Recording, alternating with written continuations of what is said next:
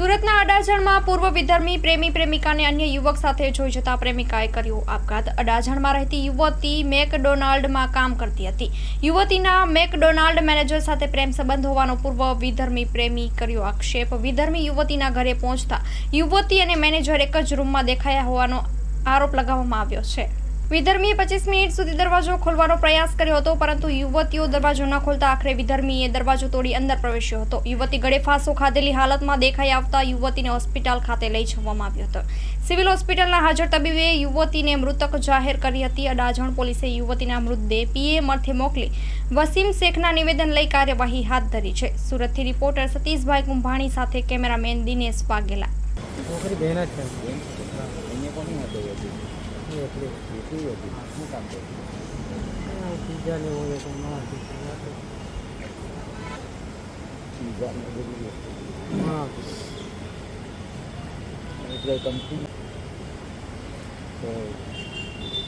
તમને કેવી રીતે જાણ છે?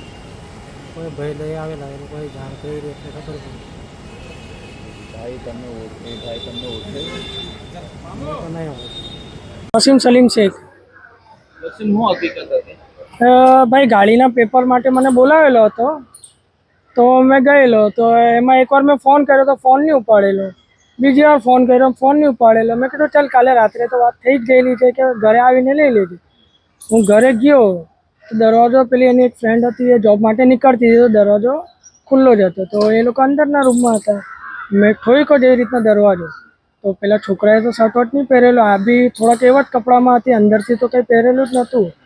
તો પેલો છોકરો તો ગભરાઈને ભાગ્યો ને આ બી ગભરાઈ ગઈ। તો આ મને ધક્કો માર્યો, રૂમ લોક કર્યો ને એમાં એ લટકી ગઈ, બાકી એ સિવાય કંઈ ખબર નહીં। હવે મેં જેમ તેમ કરીને દરવાજો તો ખોલ્યો, હું ગભરાયેલો, હું એકલો માણસ, તો જેમ તેમ કરીને સિવિલમાં લાવ્યો। તો સિવિલમાં લાવીને મૃત જાહેર કર્યો। લટકી ગઈ એટલે કોણ હતી, શું કર્યું હતું? હવે એટલી તો અમે ફ્રેન્ડશીપમાં હતા બહુ દિવસથી। મેં એને ગાડી આપેલી હતી, તો ગાડી તો મેં લઈ લીધેલી। તો મેં કીધું ઓરિજિનલ પેપર એના જોડે છે, મારા નામ પર, તો મેં કીધું ગાડી વેચી તો દઈએ એટલીસ્ટ। તો મેં કીધું ઓરિજિનલ પેપર માટે 3-4 હજાર રૂપિયા હું વાપરું, એના કરતાં પેપર માંગી લેવામાં હું પ્રોબ્લેમ છે। તો પેપર માંગી લીધા। તો પેલીએ કીધું ઘરે આવી જજે। તો મેં એને 2 વાર કોલ કર્યો, તો પેલીએ જવાબ નહીં આપ્યો। મેં કીધું ચાલ ઊંઘેલી આ બપોરનો સમય કે કામમાં હશે કે XYZ જે બી। મેં કીધું ચાલ બોલે કીધેલું તો છે જ કે આવી જશે। તો મેં ગયો તો એ અંદરના રૂમમાં લોક હતી। તો એને એમ કે પેલી છોકરી ઠોકે છે, તો પેલી છોકરી જોબ માટે નીકળી ગઈ। મેં ઠોક્યો દરવાજો, તો એ લોકો ગભરાઈ ગયા બંને ડાયરેક્ટ। પેલા છોકરાએ તો શર્ટ વટ પહેરેલો જ નહોતો ને આ બી એવા જ કપડામાં હતી। પેલો છોકરો ફટાફટ મને ધક્કો મારતો, ચાલ તું બહાર નીકળ, પછી વાત કરીએ, તું બહાર નીકળ। પેલો છોકરો શર્ટ વટ પહેરીને ભાગ્યો ને આ બી એકદમ ગભરાઈ ગયેલી। તો એ મને ધક્કો માર્યો, રૂમ લોક કર્યું ને બસ પછી એ જ થયું। તો મેં રૂમ લોક કર્યું ને આ જે બી કર્યું ફાંસી લીધી, એ તો મેં દરવાજો ઠોક કરતો હતો। તો એ દરવાજો એવો લોક હતો, તો એમાં ખોલતા કરતાં 15-20 મિનિટ જેવી 25 મિનિટ જેવી થઈ ગઈ મને। તો એમાં તો એ ભાઈ લટકી ગયેલી ત્યાં સુધી, તો પંખા જોડે। પછી મેં એને દોરી કાપી, રિક્ષા ભાડેની ફટાફટ લેવા ગયો, રિક્ષા લાવ્યો, અહીંયા લાવ્યો। હવે મેં એકલો જ એટલે ગભરાઈ ગયો કે પહેલે મેં કીધું આને હોસ્પિટલ લઈ જાય, પછી અહીંયા લાવ્યો। એના ભાઈ ભાભીને મેં કોલ કર્યા બહુ બધા, એ લોકો મારો કોલ જ નહોતા ઉપાડતા।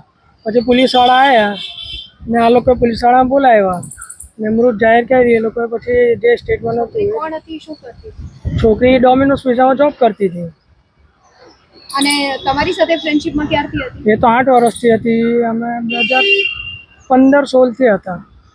એ પકડાઈ ગઈ બરાબર છે વાત, પણ એને આપઘાત કેમ કરી? એટલી ગભરાઈ ગયેલી એના લીધે કે હવે શું થશે ને શું નહીં।